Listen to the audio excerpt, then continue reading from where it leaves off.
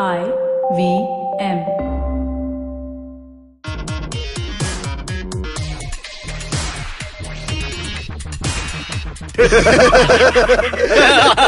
And on that happy note, hello and welcome to Simblified, the weekly show where we break down things around the world while breaking your spirit.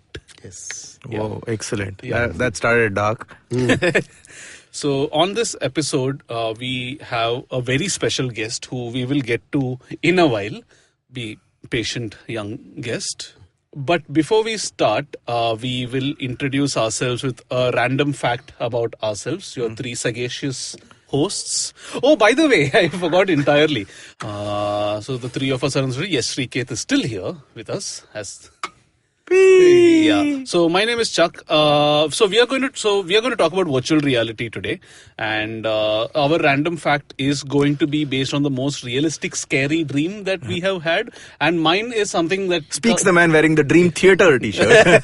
But go on. So mine is actually a recurring nightmare. I got decent marks in my 10th and 12th, but I continuously have this dream that I have to go back to 12th and write a Hindi exam. And yeah, I wake up in a cold sweat every time. Excellent. Yeah, I know. I think it's a recurring. I had a very weird recurring dream for a long time actually, which was and quite realistic. Which was like this just Feroz Khan like looking bald man with sunglasses chasing around my childhood building, and just like from like spitting distance throwing hand grenades at me. Nice. Which was quite comforting and like also a little bizarre, but well, he has hand grenades, so he has to throw them, right? That's so not about usually good. an element of dreams. Nicely done. Have you ever got yourself analyzed? I try not to. Okay. Yeah, so we move on to the... I'm Narendra, and I like very bankrupt in the dreams department. Bankruptcy is a nightmare for many people. Especially for entrepreneurs who run their own factories. Very few realistic dreams. I can't recollect a single one, but I have this story that my mom used to tell me when I was a child about a king who was like a dreamer, and one day he dreamt that he was in the forest hunting a tiger, and after some time he loses his contingent, his retinue, and he finds himself alone and out of arrows, and then suddenly he sees a tiger behind him. So thinking quickly, he climbs up a tree, and the tiger obviously can't climb up the tree. So tiger is waiting downstairs, and he's like, you come down, I'm going to eat you. And so king says, I'm not going to come down. Sooner or later someone's going to find me. And for a long time, nothing happened. And then the king has to take number one. So he starts doing number one, and the tiger catches the number one and starts climbing up on the number one. Hell? Then what happens is the king stops the number one. So the tiger falls down with a thud. Wow. Then after some time, the king begins number one again, and the tiger climbs again, and again the king stops. And the tiger falls down with a thud. So 3 or 4 times he does that, and the tiger finally dies. So the king gets down triumphantly, and when he wakes up, his bed is a pool of urine. This was the Wile E. Coyote meets Rapunzel crossover nobody asked for. Oh my word. That's genuinely the weirdest story you ever told us, Naren. Amazing. Do you realize that now every time one of us has a pee? We're always going to be afraid of people climbing up it. Yeah. At least tigers. Or little creatures in the Carnivorous. grass. Stop, Naren. Carnivorous felines up your stream of urine. Anyway. That sounds like a band name. Yeah. Or at least a song. Apologies for I don't know how we got here, everybody's- but yeah. Chuck, you want to bring this back on its track wherever it was going? If I'm the person who needs to bring it back on track. Okay. We have a special guest in the studio today. This is the worst segue ever. And I'm scared to do this, but Naren, I need to ask you to introduce the guest, because I don't think anyone is more qualified than you are in this room. Yeah. To So do just that. our today's the guest we got today has a special distinction. our little podcast Simplified was conceived in his bedroom. So Okay, I that don't could have gone a number of ways. But yeah. okay. Okay. And that, so it's my son. Just as a Vyaas. disclaimer, I wasn't there. Yeah. It Neither was I. Yeah, it was me and Chuck in a room. Let's leave it at that. So yeah, That's two fantasies now. No listener needed. yeah. If So anyone wants to send artwork of Naren and me totally doing it, you can send it to simplified@gmail.com. Quickly create that ID. God damn it. Lock it and burn it with fire. Okay. Naren, you were saying. So, yeah, our guest for today is Vyaas Shenoy, who is my older son and who is currently studying computer science in the US and who is the best informed on VR, at least in this room, by virtue of spending a goodish amount of time at a pretty, cutting edge startup in San Francisco. You don't need to make this much justification, Naren. Like, nepotism is all around in India. It is okay if it creeps into Simplified. Okay, so that's Vyaas. Hello Yes. everyone, I'm not Naren's second voice. Most people confuse me for dad. But The voice, yeah. We have Yeah. It is said that we have similar Naren, you voice. should just occasionally punctuate your conversation with coughs to belie or to give away your old age. Yeah. And you should have youthful exuberance in your So voice. a lot of people don't believe us when we make fun of Naren and actually say that he's old and all that. Probably say that he's 30 or something. By the Vyaas over here is 24. So yeah, Uh-huh. Naren needs to be at least 24 years and 9 months. At least. You clearly have some misconceptions about how childbirth works. But moving past that, the topic of the day, considering it's VR. But anyway, Vyaas, you were telling us about... Yes, welcome to the show. Thank you everyone. we are all still recovering from that intro. I know. So, the tiger is traumatizing all of us. Yeah, So- and I wasn't there when Simplified was conceived in my bedroom. I was in another state. I was Can we out of Mumbai. stop just using the words conceived bedroom and you in the same sentence? It's a little disconcerting. Moving along. Especially given Naren's propensity to talk about things that... shock. Yes. Yeah. And there's no filter. There's no propriety filter in me. Like That's what's in front of you. Yeah. The P stands for proprietary.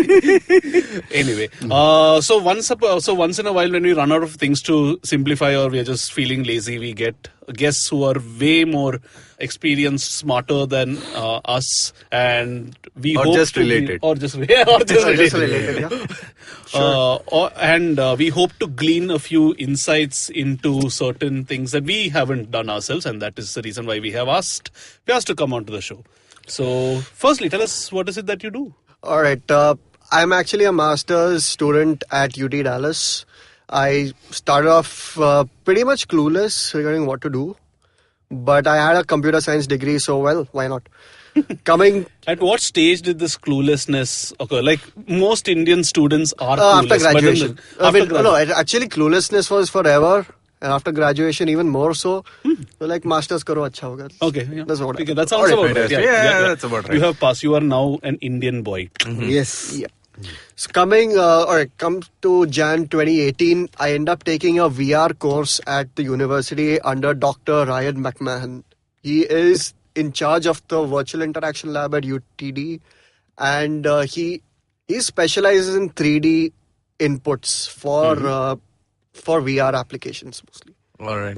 So I took this course in Jan. From Jan to the month of April, I guess, I was fully immersed in virtual reality. Nice. Good play on words there.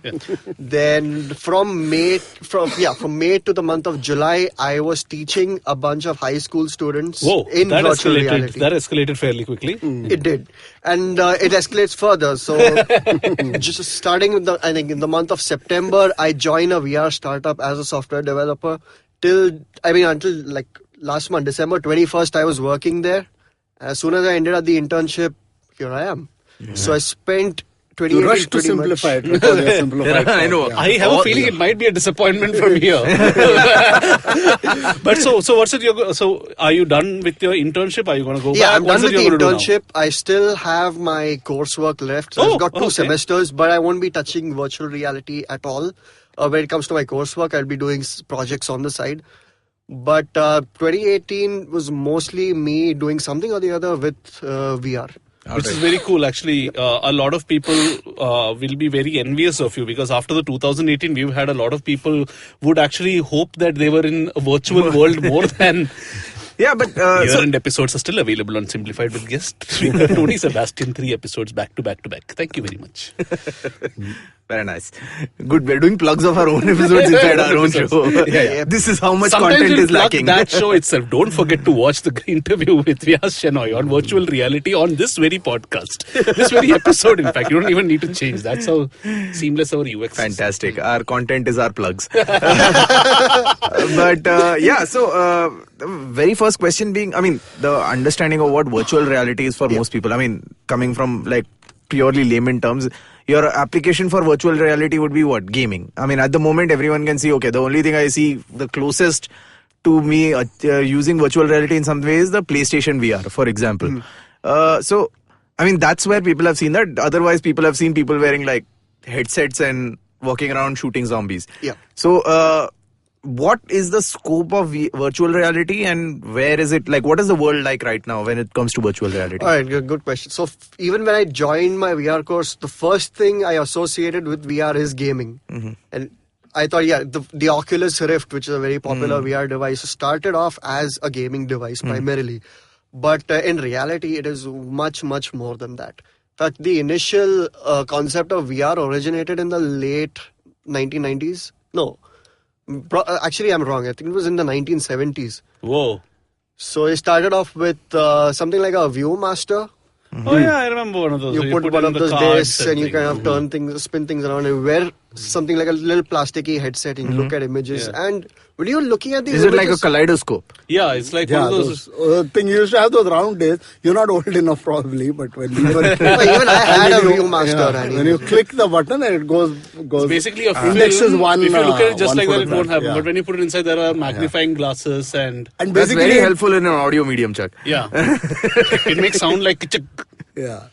And every time you hear that sound, you see an image and the image will change. So one moment you're looking at the Eiffel Tower, the next moment you're looking at Leaning Tower of Pisa, something like that. All right, fair enough. And so when you look at these images, it's as though you're the only thing you're seeing is that image, and you don't really care about where you're standing.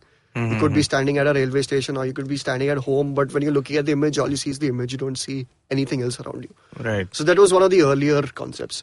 Next thing what happened was that they came out with an environment called a cave. And it's capital abbreviation, like CAVE, which literally means a cave. So what you do is you stand in a room, and it's a really big room.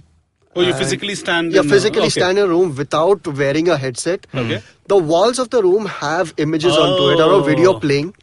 But this video is a 2D video, and you wear 3D glasses and you'll be able to see everything in 3D. Right. So a virtual reality experience is something like you're not really. Let's say you're in a totally different environment. It's absolutely nothing to do with the environment you're in right now. Right. And after that, it's physically impossible for everybody to have a room like that and a pair of 3D glasses and content developed for that specifically. That's when headsets came into play. So now your question was, where does VR stand right now? Gaming is one very popular application. The other applications of VR are something to do with therapy or training. Those are really broad terms again. So when it comes to therapy, certain VR applications are used for Alzheimer's patients specifically. They keep playing older memories for them. Oh. Giving, you wear a VR headset, they see videos of their children when they were young, right. or photos of their house or old memories, so that they are kind of happier. Sure. A dark version of this is available on Black Mirror for anyone who Oh yeah, absolutely. Great show.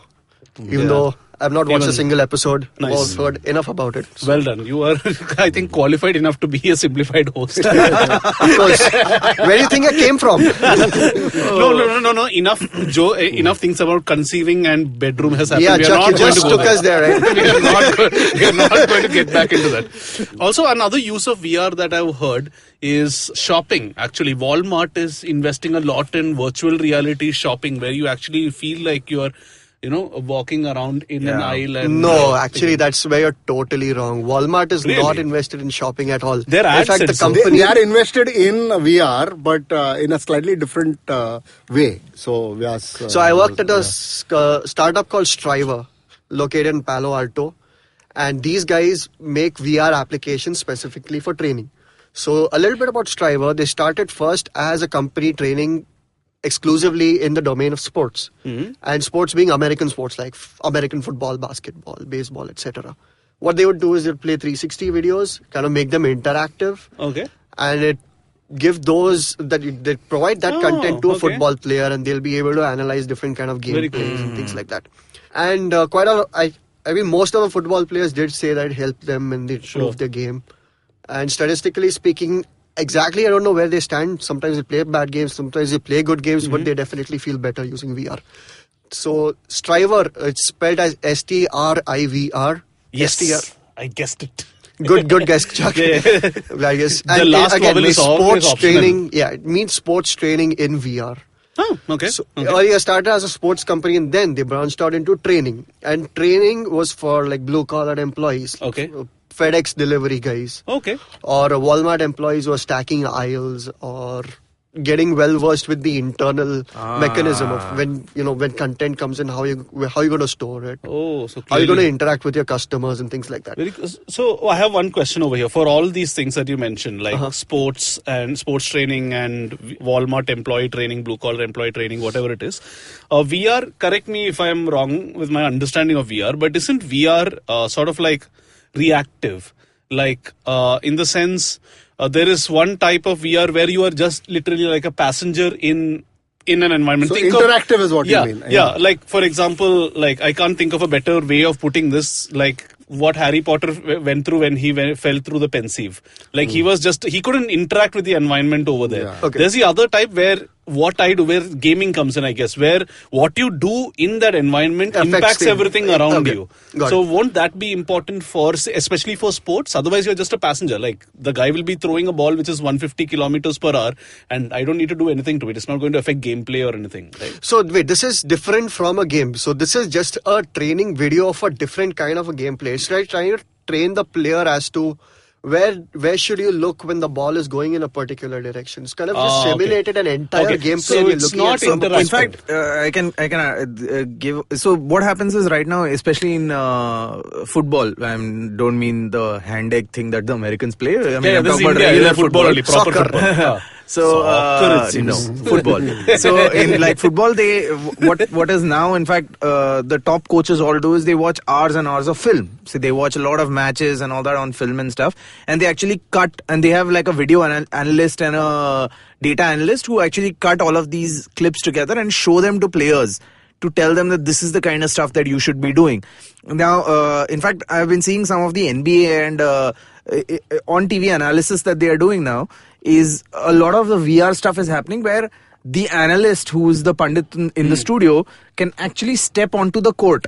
So they using VR, they're stepping onto the court and they stand. So they pause the film and they're like standing over there and saying, okay, this guy came from here, this guy came to defend him, but this guy went past the defense in this way, and they are actually going into the game Nice. to kind of show what happened. So in the same way, what coaches can be using it as is saying that, okay, you're on the pitch. Instead of saying that, you know what, I need you to run in straight lines, the coach can stand with the player and say, I need you to run down there. Point in the direction and say, I want you to run down I've there. heard some cricket commentary, and there are some pundits I don't mind on the field when plays actually happen. So yeah, Shrikar, you've perfectly summarized exactly what the Striver content is all about. And now they're doing similar things for, let's say, an aircraft repair person. or you could say an aircraft mechanic. Boeing is one of the customers of Striver, and one of their most popular content is looking underneath an aircraft. And, Right. tracking various parts and things like that. And coming to Walmart, as you mentioned, Chuck, they're training employees to, one thing is pick out the bad vegetables. One thing is to deal with difficult customers, or training people how to behave better with their customers. But that's again not interactive, is it? No, not really. The interactive part is such that when the video is playing, there's a certain moment when you stop and there will be a question popped up, and you choose what are you going to do in this That's kind of a as scenario. close as you. So recently, Verizon, another customer of Striver, has content for one of the Verizon sales reps. So Verizon, let me put it, how do I put it? It's like a mobile showroom in America where you can go, you could pick up a mobile and at the same time add a mobile plan and things like that. What happens if there's a person who enters the store, just picks a mobile and runs away? Or what happens if there are 2-3 guys come point guns at you? How are you going to react to that situation? Striver's got training material for those interesting situations. So this almost It almost sounds like the I Matrix. like how in the US, the guy coming in with a gun becomes an interesting situation. It's actually fairly commonplace. It's like 101. But yeah, I mean, it actually sounds quite a bit like the Matrix, where those guys, say for example, where Neo and Morpheus step into a training module, right? They step into a training module where they learn. I mean, they are able to fight against each other. Yeah, and they all get that these stuff. superpower abilities to just kick everything. But I mean, I can almost understand that you can create a room in which you can create elements and you can actually simulate and understand how your reaction would be on those elements. So yeah, that's great. Actually, on that point, let's simulate a small break here and and be right back on the other side. We are taking a small break. Sorry, it had to be said. I'm sorry. Hello, everybody. Welcome to another awesome week on the IVM Podcast Network. We're IVM Podcasts on Twitter, Facebook, and Instagram. We've been doing this for a couple of weeks, and I think it's working out quite well. If you're enjoying the show that you're listening to, why don't you do this? Pause the show, take a screenshot, and post it to your Instagram stories. Tag us on IVM Podcast, and leave us a comment for what you think about the show that you're listening to. We'll post that to our stories so that, everybody can see what's going on, who's listening to what. Also, I have another little announcement. We are finally launching our new version of our Android app. It's going to be out officially and properly. It's going to move out of beta. So if you are listening to us on the old app, it might be time for you to kind of look for the new one. Unfortunately, it's not going to update from the old app. You're going to need to re-download the app or reinstall the app from the new listing. You'll be able to get the new app. You'll get a link for that from either the show description of the show that you're listening to, or you could go to our website and there'll be a link over there. So we launched a new show called How to Citizen. It is hosted by policy professional Meghnad S. and comedian Shreyas Manohar. Every episode is a look back at a chapter from an 8th standard civics textbook. The first episode featuring Rohan Joshi is out now. On Cyrus Says, Cyrus talks to author Amrita Mahalish. She discusses her debut novel, Milk Teeth, and how growing up in the suburbs of Mumbai influenced her story.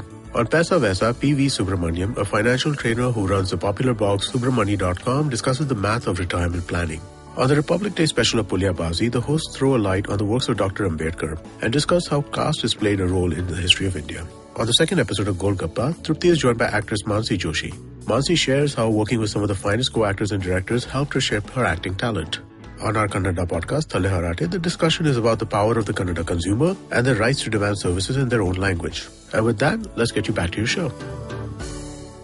Hello and welcome back to part 2 of our chat with Vyaas Shenoy, who, yes, is the son of N. Shenoy, who is son of Shenoy. Some Shenoy. Some Shenoy. People who are there for the live episode will know who that Shenoy is because Easter egg. That was what the Shenoy was born out of. That Easter egg. Oh wow, that would have been a surprise and a half. So okay, anyway, we are coming back. Sorry for the and nonsense. we were talking about a lot of interesting things on. So I have VR. a question for Vyaas right off the bat. So everything that you said so far seems to be a person immersed in a alien world sort of thing, right? Is there any sort of VR which is interactive in nature? I'm guessing gaming is one. Yeah, gaming is one interactive element in VR. And the other one which I've come across is training doctors in medical procedures. Ah, yes. How they do it is a medical student would wear a VR headset. He would be placed in an operation theater where there'll be a patient lying on the bed, and you would have to perform a surgery on that patient. And again, the nature of the surgery is determined by the application developer who would have definitely consulted million doctors and created the application. So yeah, the person wearing it is playing the role of a doctor. He would have to go and pick up, first sterilize his hands, wash it, whatever. Pick up whatever medical equipment he needs to, and then go to the person and actually perform the surgery on. Actual surgeries. Yes. Whoa. So there are experiences where you'll be able to see the intestine, stomach is cut up. Oh, so he's not doing it remotely. He's actually No, he's not doing stuff it. that's inside. Yeah, so types. it's Ooh. again like a training part of in the medical field. Okay. Field. It's been so this training takes place in few hospitals as well as some universities. Interesting though. Would you want a surgeon whose eyes are entirely covered with Wow. this huge? Yeah, you don't glasses? want a person.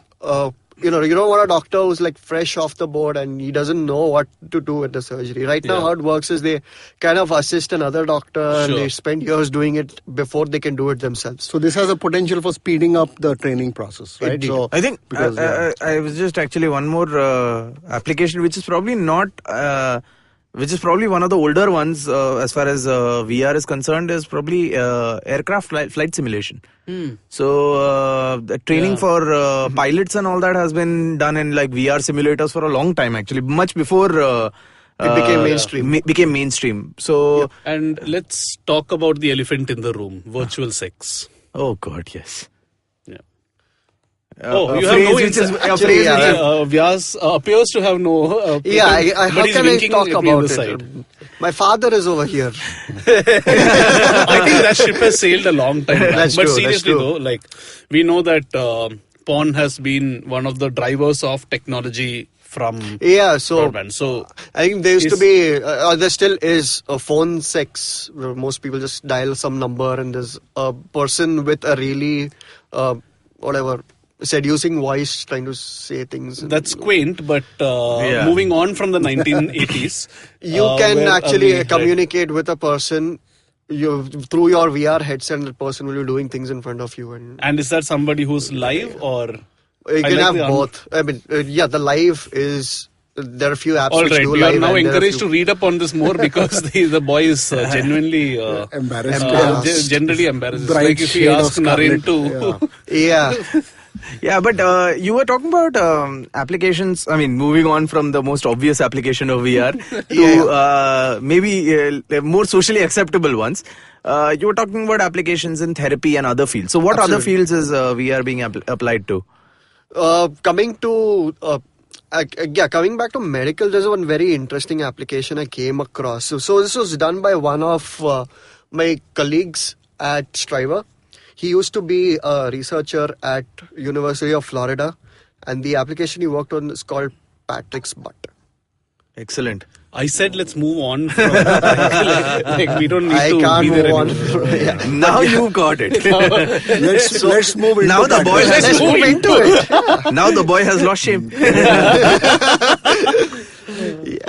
So the thing about it is, there is a prosthetic butt at the University of Florida, and they're training doctors to perform butt surgery. Proctology. That I believe is a scientific term. Butt surgery. Proctologist. Yeah, Butt Yeah. doctor. yeah. You know what a Rastafarian proctologist is called? Pokemon. Okay, let's move on. Somebody go on Urban Dictionary and put this right now.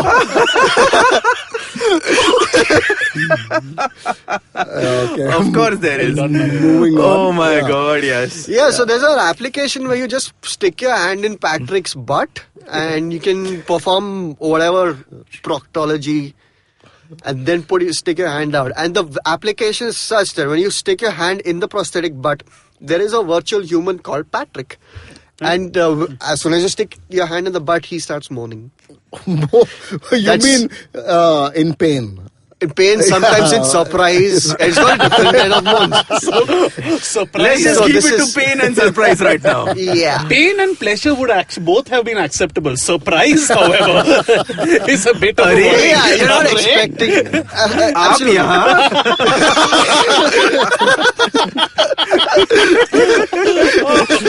Yeah, moving on to man. serious topics. So yeah, Patrick's butt was my colleague's application, and Fantastic. that kind of helped him acquire a PhD in the field of virtual Oh, so he reality. got a PhD inside Patrick's butt. Oh, wow.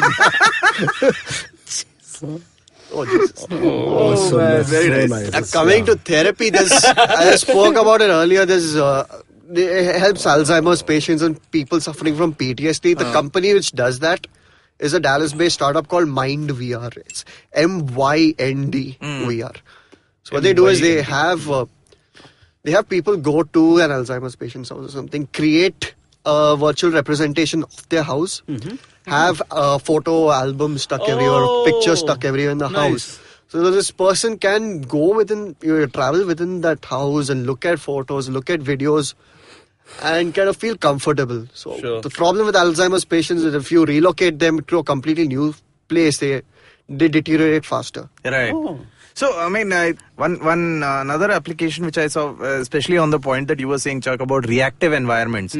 There was this one, I think that it's probably a trend that's coming up in the US where they are actually designing, it's almost like gaming kiosks, like they're gaming parlors, where they actually have like a maze. So it's where people wear a VR headset. They are wearing haptic suits as well. So that will and be- then they enter a certain maze where if there is say for example, if they are entering say a Russian reactor, which is a very common place in common locale in video games. Say there is a heat grate at one point in time. There will actually be a heat vent over there in that particular point of the maze. So you can feel heat over there. Then if say there is a guy who's shooting something at you, you'll actually feel the pressure on your haptic nice. suit Yeah. at various points. So what that does is it takes that VR experience to another level. And also another thing is when you're shooting back and when you're able to progress through the maze based on your competency. Interesting. So it's like it gets as close to real as possible. So it's almost, and virtual paintball is also becoming a big thing now. Where Is virtual tourism a thing? That would be amazing, actually. Yeah. In fact, there are apps for virtual tourism in extremely low-end VR headsets. You could say Google Cardboard has an application Yeah, where you Google can go Cardboard in. has a And lot. but that's So just does- 360 videos, right? Yeah, kind of just 360 I mean, on videos. YouTube, there are a lot of videos that are 360. You put them in Yeah. one of those cheap headsets. I know the ones Yeah. which you put And your sometimes phone it's not even a inside. video, it's just like a photograph. But it's so immersive when you wear the headset and you actually look Yeah, I at, mean, wow, Eiffel okay. Tower right in front. And that Sure. actually leads me to the next question of headsets is that, see, the fundamental point of how VR comes into being is just taking a static image and putting it into binocular vision.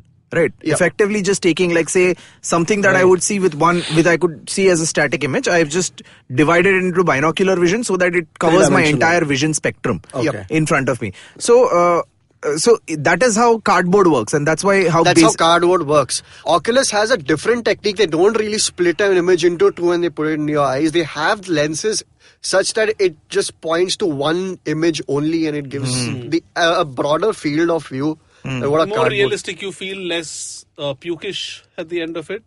Oh, the pukish is a whole different spectrum altogether. Okay. So, pukish depends highly on the nature of the application. If it is too physics oriented, if there's too much falling, moving, things like that, it can make you sick. Because this pukish feeling is very closely associated with your ears. Yeah. So if you're moving too much and your ears are not feeling anything, is there a disconnect? Then you feel like throwing up. Second pukish effect is Which is why a lot of people might throw up while listening to Simblified, because we usually move a lot slower than But real life. they throw up on non-VR. Oh, fair enough. episode. Sorry. Okay, cool. Phew. clean my stomach quite a lot of times there. Wow. A lot of family Coming back. confessions coming out here today. Yeah, you don't want Sun to go. casually yeah, landing let's, burns on yeah, let's not open that can of worms yet. Kind of VR. Yeah, Oh. VR admits. Yes. All right. Moving right along. Yeah, the second thing I was talking about was frame rate issues. There's Yeah. certain VR headsets like the Oculus Rift, HTC Vive, they are the more expensive VR headsets, Yeah. and they are way more. They are better equipped to deal with applications such as these, which require a lot of moving around. So when you So what are the key elements? So So the same application, if you did on a lower end headset, you would get jitter. you'll get jitter. Yeah, And that would sometimes make when you look around, the scene will not render completely. So you Right. look at a blank Yeah. void, then the scene renders, and it is jittery, and you feel absolutely uncomfortable. So just taking one step back from there. So when we're talking about the equipment of any VR, any kind of VR Device. headset or Yeah. device.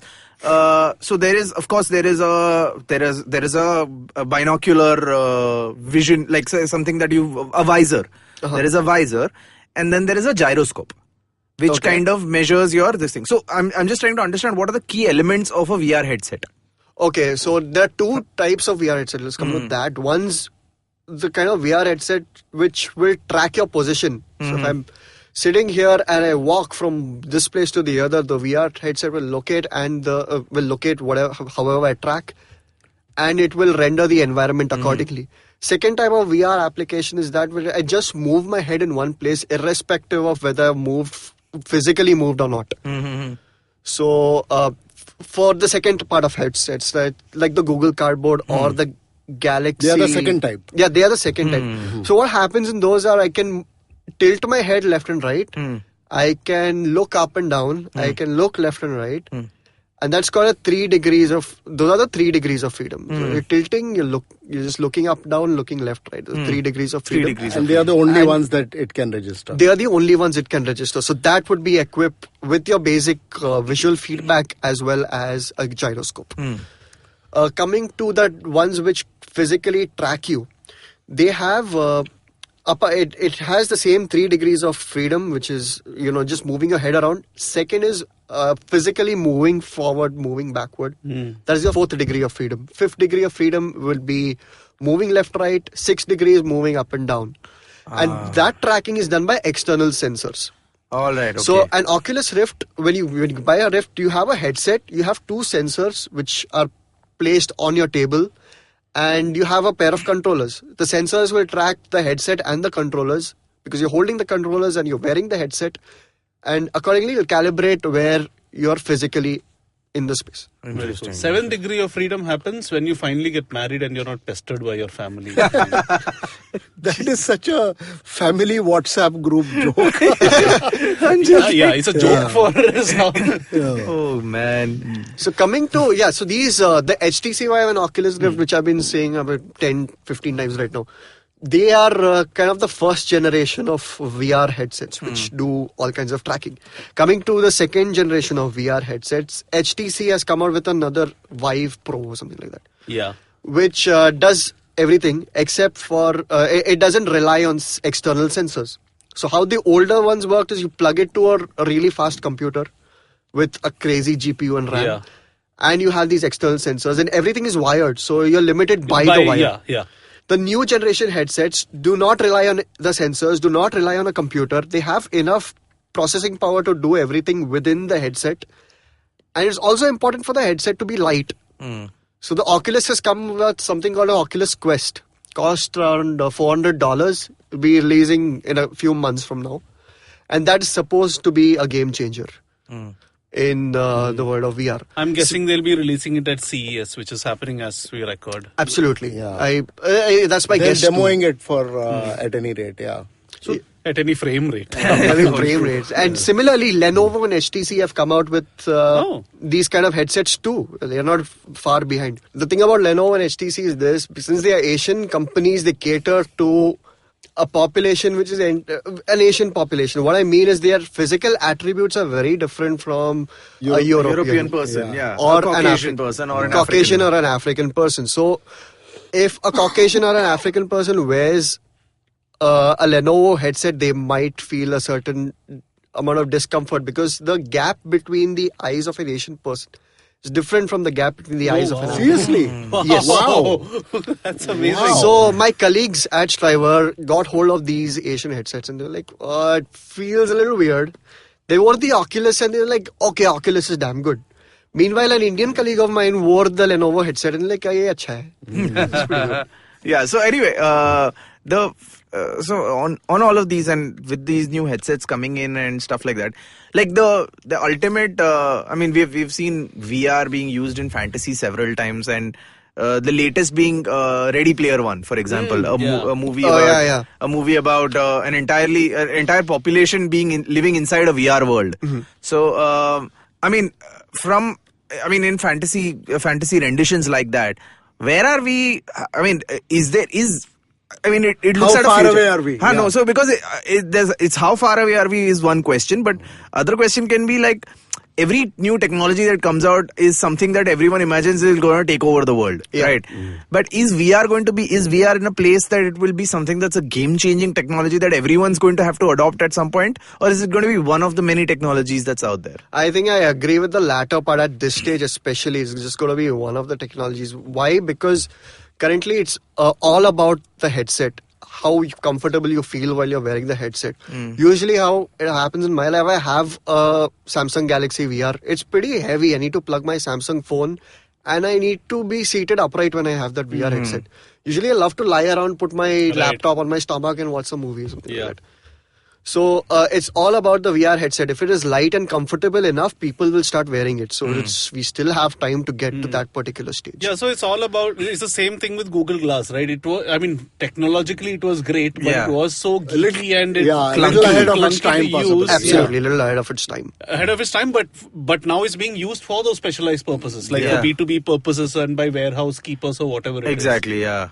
So for mass, it needs to be comfortable, good looking, easy to use, gimmicky, a little gimmicky maybe, and not needed to plug into a 8 terabyte computer. Absolutely. So currently where VR stands, you wear it only when it's absolutely necessary. So things like training or therapy or something, you wear it for a little while and then you're done. You go back to your usual routine. Yeah. Even serious gamers won't play it for the entire duration or for the whole day. They'll just play it for like half an hour or something. Yeah, exactly. So the future is bright. Yes. VR. Are you going to get back into VR? Absolutely. Since I've gained the most amount of expertise right now as compared to other fields, I will definitely keep one foot in VR. And I'm optimistic about it. In the meantime, I'm still, the next few semesters, I'm going to spend my time doing other things. So, that's about that for our episode on VR. It was a great chat with Vyaas, who's actually... he came back all the way from the US just for this recording. Yes. In person, flew down. Not virtually. Yeah, I know. Not virtually, A person who left his job and came. Left my job, He's like, it's more important to talk about it than do it. So I will end this episode with a joke. Of course. What do you call the temperature on 15th of August 1947? A degree of freedom. Wow. Okay, thanks. See you soon. I'm the only one who laughed there. Please come back. That wasn't laugh. It's a sincere request. So that was a wonderful episode. And goodbye for now. See you guys next week. And stay virtual, stay real, and stay simplified.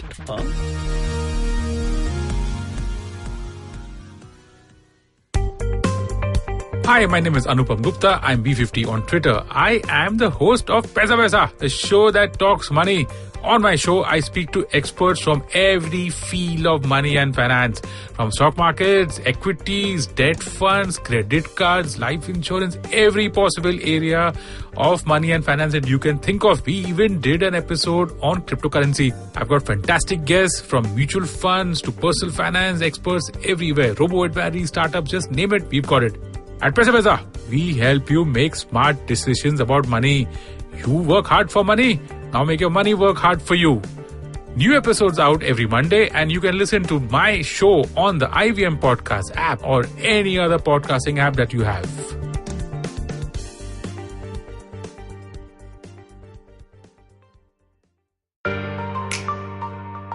Family businesses get a bad rap. At one time, they were looked down on for getting rich, for being too ambitious. Today, they're still looked down on, but for not being ambitious enough. Not agile enough, not modern enough, too traditional in their mindset. The biggest brands and business houses in the country started out as humble family businesses. It's the way India has done business. Join Sonu Bhasin in conversation with stalwarts of Indian family businesses on the Inheritors podcast series by Bloomberg Quint. Discuss the highs and lows, the needs and pressure points of building a business legacy that spans generations.